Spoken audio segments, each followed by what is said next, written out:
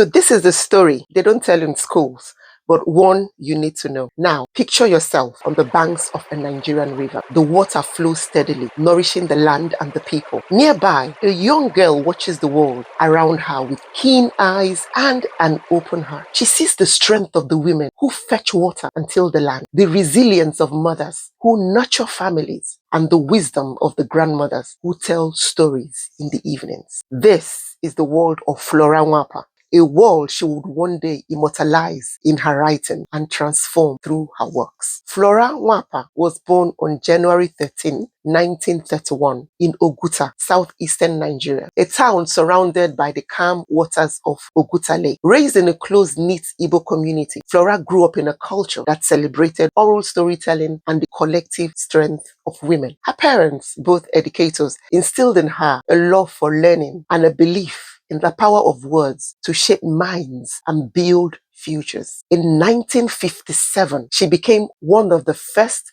Nigerian women to earn a degree from a British university. But her education was not just a personal triumph. It was the foundation for a mission far greater than herself. So she returned to Nigeria during a time of great change as the country moved from independence, and she began teaching. But Flora was not content to stop there. She wanted to tell stories that reflected the lives of Nigerian women, stories that celebrated their courage, wisdom, and humanity. Her groundbreaking moment came in 1966 when she published her debut novel, Iffy. This book, written in English but steeped in Igbo culture, was the first novel by a Nigerian woman to be published internationally. Iffy tells the story of a lady or a woman called Iffy who defies societal expectations, enduring heartache and loss with grace and dignity. Through Iffy, Flora challenged stereotypes of African women as powerless or silent. She showed that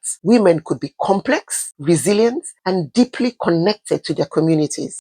So in a world dominated by male voices, she created space for African women's experiences to be heard and honored. Now, imagine this. The world around you is rapidly changing. A brutal civil war tears through your homeland, destroying homes, displacing people, creating scars and horrible memories that would last generations. What will you do? During the Nigerian Civil War between 1967 and 1970, Flora Nwapa didn't just write about resilience, she lived it. She organized relief efforts for refugees, particularly women and children who had lost everything. Her work as a public servant during this time demonstrated her deep commitment to her people, especially the marginalized. So after the war, Flora embarked on another revolutionary journey. In 1970, she founded Tana Press, becoming one of the first African women to own and operate a publishing house. How amazing. She used her platform to promote the voices of other African writers,